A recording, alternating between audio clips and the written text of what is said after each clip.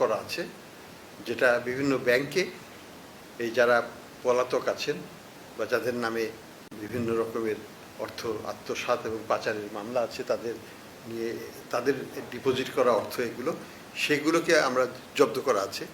সেগুলোর ব্যবহার কিভাবে হবে সেটা নিয়ে আলোচনা হয়েছে। আবার আমাদের হাতে বেশ কিছু শেয়ার আছে, বিভিন্ন ব্যাংকের শেয়ার, বিভিন্ন কোম্পানির শেয়ার, যেগুলো যারা পালিয়ে গেছেন তাদের সেগুলোকে জব্দ করা আছে। এগুলোকে কিভাবে আমরা জনহিতকর কার্যে ডিপোজিটরদেরকে আবার ব্যাংকগুলোকে ক্ষতিপূরণ দিয়ে ডিপোজিটরের স্বার্থ রক্ষা করা যায়, সেই ব্যাপারে এক ফান্ড গঠন করে এই ফান্ডগুলোকে বা এই শেয়ারের যে লব্ধ অর্থ সেগুলোকে সেখানে ট্রান্সফার করে আমরা কিভাবে সেটাকে ম্যানেজ করব সে বিষয়ে আলোচনা হয়েছে।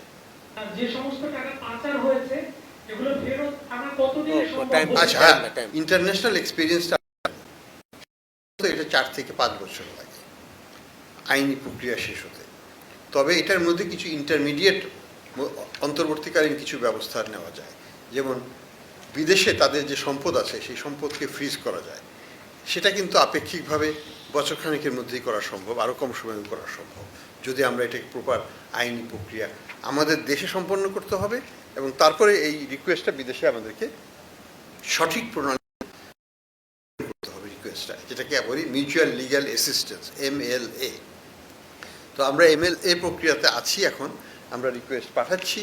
তো বিদেশিদের আমরা যদি সহায়তা পেয়ে যাই তাহলে তা কিন্তু আমরা তাদের অ্যাসেটটা ফ্রিজ করতে পারবো। অ্যাসেটটা ফ্রিজ হলে তার পরবর্তীতে কোর্টে আইনগত প্রক্রিয়া শুরু হবে এবং সেই প্রক্রিয়া সমাধান হতে সাধারণত 4 থেকে 5 বছর লেগে যায় সর্বমোট, এবং সেই শেষেই একটা আমরা জানতে পারবো যে আমরা এটা পুরোটা পাবো না।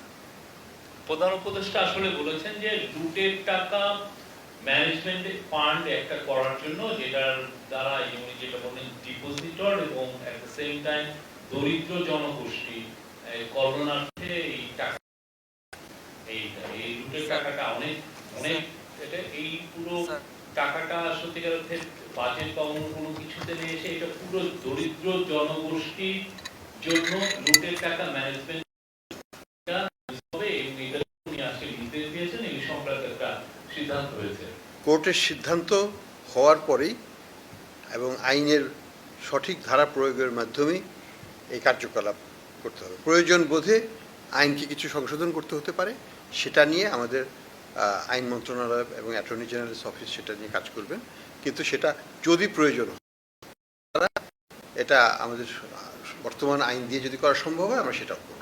বাট লক্ষ্যটা হচ্ছে একটা ফান্ড প্রতিষ্ঠা করা, যে ফান্ডের টাকা দিয়ে ব্যাংকগুলোকে আমরা ক্ষতিপূরণ দিতে পারবো, কারণ ব্যাংকগুলো তো বিশালভাবে ক্ষতিগ্রস্ত হয়েছে, তাদের টাকাই তো লুট করা হয়েছে অনেক কাছে। আর বাকি টাকা যেগুলো নন ব্যাংক রিলেটেড অ্যাক্টিভিটি, যেমন হয়তো সেটা দুর্নীতির মাধ্যমে টাকা অর্জন করা হয়েছে, সেটা ব্যাংকের সাথে সম্পর্ক নয়, ব্যাংকের টাকা দিয়ে হয় নাই, সেই ক্ষেত্রে সেই ধরনের সম্পদ সেগুলো যেটা ব্যাংকের সাথে না, যেটা কোলেটারালাইজড না, সেই প্রপার্টিগুলোকে তখন সরকার তাদের আরেকটা ফান্ডে নিয়ে জনহিতকর কাজে সেটাকে ব্যয় করবে। কিন্তু সবই আইনগতভাবে করা হবে, আইনের বাইরে নয়। আমরা জানি যে ইসলামিক ব্যাংক যেমন সবচেয়ে বড় ব্যাংক আমাদের, সেখানে